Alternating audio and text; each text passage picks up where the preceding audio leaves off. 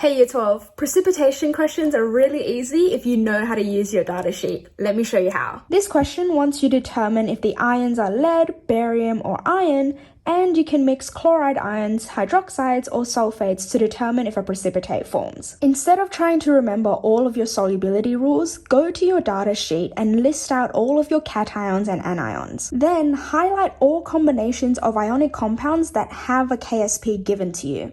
These are going to be the ionic compounds that precipitate. For example, lead forms a precipitate with chloride, hydroxide, and sulfate, but iron only forms a precipitate with a hydroxide ion. Then you want to precipitate your ions in order of which one precipitates more to less.